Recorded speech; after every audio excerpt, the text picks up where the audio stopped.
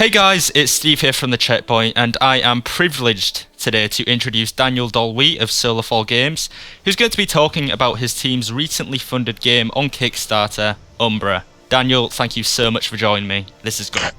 Hello, Steve, and thank you for having me here. It's great to talk to you here. Okay, so first of all, I just want to say congratulations, Daniel, to you and the Solarfall Games team for reaching their initial funding goal of $225,000 this week. Yes, thanks a lot. It's great. It's just great. We have the initial funding and we are going for the stretch goal now, so we are really, really happy. Yep, that's great. So, since we're talking about Solarfall Games, let's start with some behind-the-scenes stuff, specifically about Solarfall Games. So, is this your first project together? This is our first project together as Solarfall Games. Basically, before we actually worked together, but in another company, we were creating. We were all employees in the company using CryEngine for industrial and city simulation stuff. So we worked together in the past, but that's the first game we are creating together. That's great. So it's difficult to fund indie titles, especially ones with large ambitions like yours. How did you manage to fund the project from such a small start? So in the beginning, actually, the project started as a part-time project. So I was working on it pretty much on all my free time and during my pause at work, etc. That's the way basically the team started to discover the project and was built around the project. And then, it's pretty much due to some France system. Basically, we were very lucky and we were able to get some funding, actually not direct funding, but some government help for people creating a company, that kind of things. Right. And it allows 3 of our members to work about a year full-time on the game. And that's great. So yeah, we were really lucky on that part, and it allows us to make huge progress on the game before Kickstarter. Okay, so from the very start of Umbra, or perhaps before it was even started, were there any outside influences such as other games or stuff like that? The big influence was Diablo in the first place, and I would say the Elder Scroll series for the freedom of character building. That's the 2 basics of the game. Let's say Diablo for the main gameplay part, the hack and slash, and the freedom of character building of Skyrim. That were the 2 pillars, I would say, of the game, and then we added some new features, like the one we call Apocalyptic form, that we can maybe talk a bit about later, which come actually from pen and paper RPG games. Yeah. And that's something, that's a feature we're really excited about, so we can talk about it later. So when I think of RPGs and the games you just mentioned, I think of deep, immersive stories. Without spoiling anything, what can you tell us about the story behind Umbra and the world we'll be exploring? So, I can tell you some stuff about that. Actually, one update of our Kickstarter gives a lot of details about the background of the world. So to sum it up here, it's basically about a world where huge giant humanoid monster were terrorizing mankind, and at some point mankind discovered magic and was able to fight these giants and defeat them. So that's the way mankind actually was united in various kingdoms by defeating these giants. And at some point, so there were kings that were raised among the population. And at some point, there is some sect that basically made a revolution and took control of the kingdoms. And that's pretty much in the world where the player will have to play. And basically, this sect has make everything it can to make sure his power will not be challenged again. And your character actually developed magical powers, and this sect wants to have all, anyone who develop magic power should join them or be killed. So your character basically refused. and that's the way you are basically exiled from human cities because you're a wanted man, and that's the world you're going to basically roam in the wild in the beginning of the game, meet monstrous monster, try to find why they are here, because they appear recently, and that's that basically the basic idea of the scenario of the game. And in addition of that, there is a limbo that is basically striking every man at some point, and basically they end up forgetting about their culture, their technological advance, etc.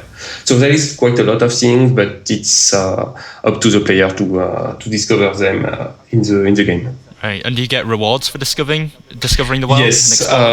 So basically, there is a simple, not simple, but there is a basic storyline that you will follow. Right. And on top of that, we actually have like a huge background for the game that you will discover in books or by talking with NPC, and you will be able to actually make some links between the information you will gather everywhere, and it will lead you sometime to very rewarding places.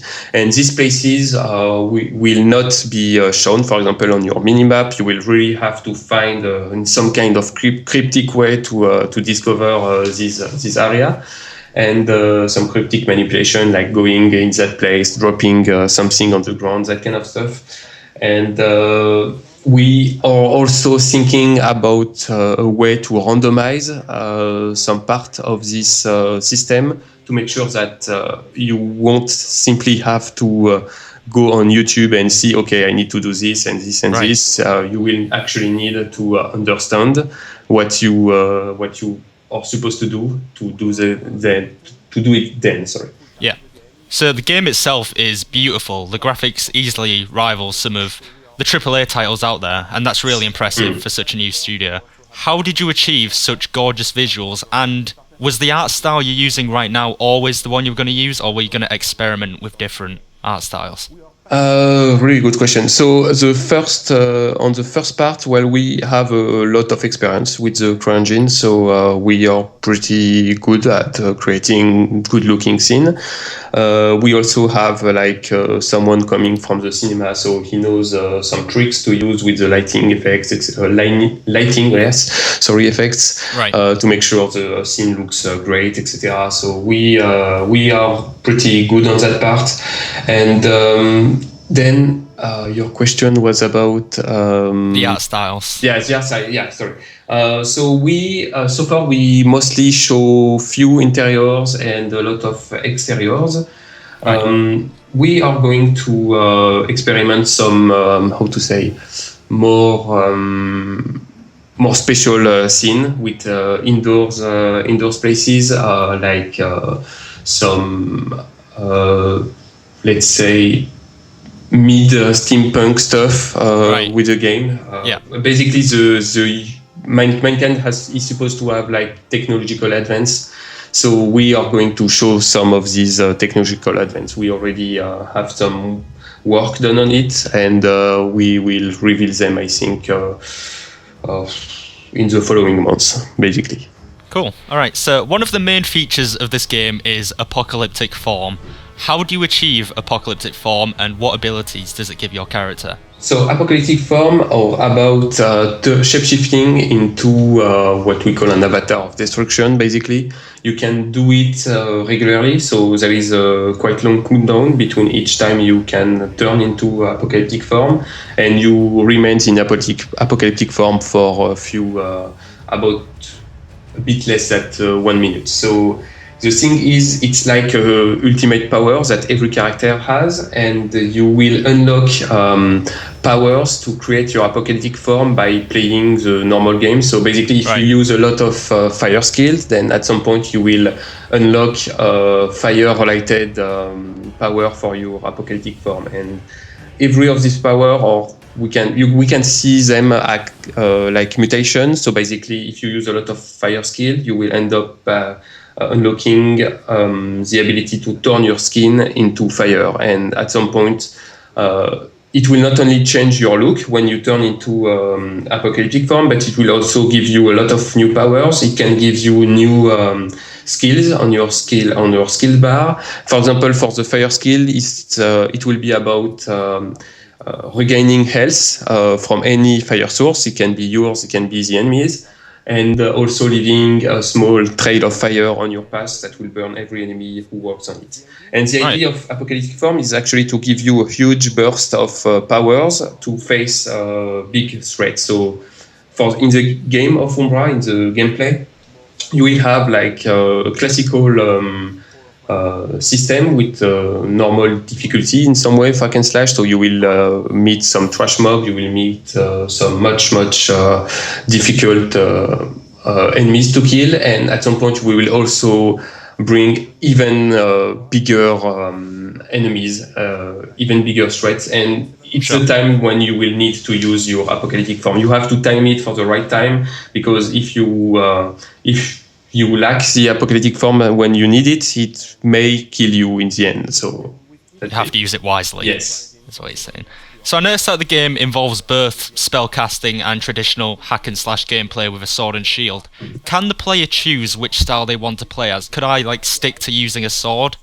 Or would I have to use magic at some point? Can I choose between the two different? You can basically do something like if you want to be only a barbarian, you can be only a barbarian, but it will be much you will need to find a way to face, for example, an enemy that will be immune to physical damage. So it can be through your mercenary. If your mercenary is a spellcaster, it will be fine. It should be fine, but it will be better if you have a plan B in some way for your character every time. Right. Okay, that's cool. So the quests in the game, what have you done to make your quests as enjoyable as possible, and are there any plans to maybe involve more quests in DLC in the future? To talk about DLC now is a bit early, to be honest. Okay. Because we are focusing on releasing the main game first. Right. Now about quest, well, it's pretty easy basically. Well, so we tried to find what we like basically for the basic of the game in other games and say, okay, this will be cool, this will be cool. So we have selected quite a number of interesting quests. And also, in top of that, we are trying to add some very specific stuff to Umbra, thanks to the tech we have and the possibility it gives us. For example, we have this Kitera AI system that allows us to manage the destruction in real time. So it will be a very nice way for us to actually create some areas that will be very destructive with a lot of destruction possible in it. And it will actually affect the gameplay a bit. So we have some really cool ideas for some side quest mission, and also for the multiplayer if the first stretch goal is reached. So multiplayer in the first place with the stretch goal will be implemented as various kind of multiplayer mode, various kind of mission to play, replayable one, and with some randomly generated content. So we are pretty confident that our quest will be really nice to play. Okay, so the housing system looks really impressive. I love how simple it is. Are the houses the players make purely aesthetical, or will you be able to use your house to, I don't know, storage maybe, or showing off to your friends? Yes, so we have various plans for this too. Some are in stretch goal, others are already implemented. So, well, the idea is that you can create the house like you saw in the video. It's pretty much working at the moment. There is few tweaks to add to make sure, for example, you can expand the size of your house by buying it with in-game gold. So you will be able to create a bigger house or that kind of stuff. And the idea is really to, in some way, to expose your gears everywhere. So we have mannequins, so you can put your armors on it. We'll have weapon rack to put on the wall or on the ground to showcase all the cool weapons you actually have. You will be able to show them in it. So in the first place, that's what we are planning to implement. And then for actually allowing other people to enter your house. It's some kind of stretch goal, so we will reveal that a bit later. Okay, cool. So mod support is a major factor in some players' enjoyment of the game. Are you planning on supporting mods in Umbra? Are you going to allow people to? Yes, so the thing is, so basically I come from the modding world. Basically that's the way I started to work on video games. I started on Battlefield 2 engine, like about, I don't know, maybe more than 10 years ago. And then I jumped on Crysis and I worked on a mod called Casus Belli. So I pretty much come from the modding world, so I would love people to mod Umbra. Pretty much all our game systems are based on XML files. Actually, all our game systems are based on XML files, so it's quite easily editable. I'm not saying that during the alpha, the modding will be immediately available. It's not said right now because in the beginning we will try to have some good basis first and then allow people to modify it. But now about modding, if we are trying actually, since the sandbox editor of Crytek is not a product we can redistribute freely, we're trying to keep as much compatibility we can with the free SDK that was free in the past. So we're trying to keep as much compatibility we can with it. Like, for example, if you want to create new weapons or new animation for the game, you will be able to do it in the free SDK. Now, if you want to create, I think the levels are also working correctly.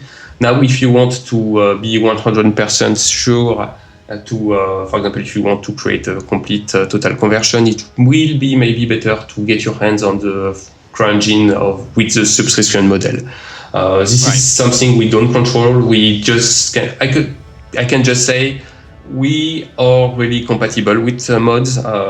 Basically, players will pretty much get the same tools we get if you get the CryEngine SDK. So you will have basically the same system we were using. Our XML files are pretty easy to read and to understand. So we will also release some information for modders. Basically, if you follow our dev blog, we already gave a lot of information about our level generation system. So if someone wants to bring some modification in it, he just needs to open the XML file, say, okay, I want more stairs, I want bigger levels, I want rooms with higher levels, that kind of thing, and he can do it. So change the monster in the level, etc. So we want to have like support for mods. That's great. Okay, so we're on to our final questions now. You've been working on Umbra for more than 4 years. What would you say to any other indie developers watching right now who wanted to get started on making their own games? If you want to do it on the CryEngine, well, you will need to spend a few weeks, I think, to really understand how the engine works. Some kind of tricks go on the forum, etc. And then, to be honest, it will be like really nice to use the engine because it's actually, on our side, it offers us a lot of possibilities and with some easy way to create them that we were not expecting. So that's something you want to use as an engine. It will be nice. And now about the real game development, well, only do it if you're really passionate about it, and because it takes a lot of time, it takes a lot of commitment to create. At least for what we do on our side. So that's pretty much the advice I can give. And finally, in one sentence, why should the people watching play Umbra? Simply because of the freedom of character building, which is great for an RPG game, and the apocalyptic form that is really exciting for us. We actually want to see what people will do with this feature. Okay, so Daniel, it has been a pleasure to have you in the video. I wish you the best of luck with all the future updates with Umbra and of course the release. It was great to be there, and well, I'm really excited to see what people will do with our game, so really happy to be here today. That's it. Okay, so to the guys watching, I'll leave a link to the Umbra Kickstarter page in the description. Make sure you check it out, like the video if you enjoyed it, leave a comment down below with your thoughts on Umbra. Thank you very much for watching, and I'll talk to you soon. Thanks a lot.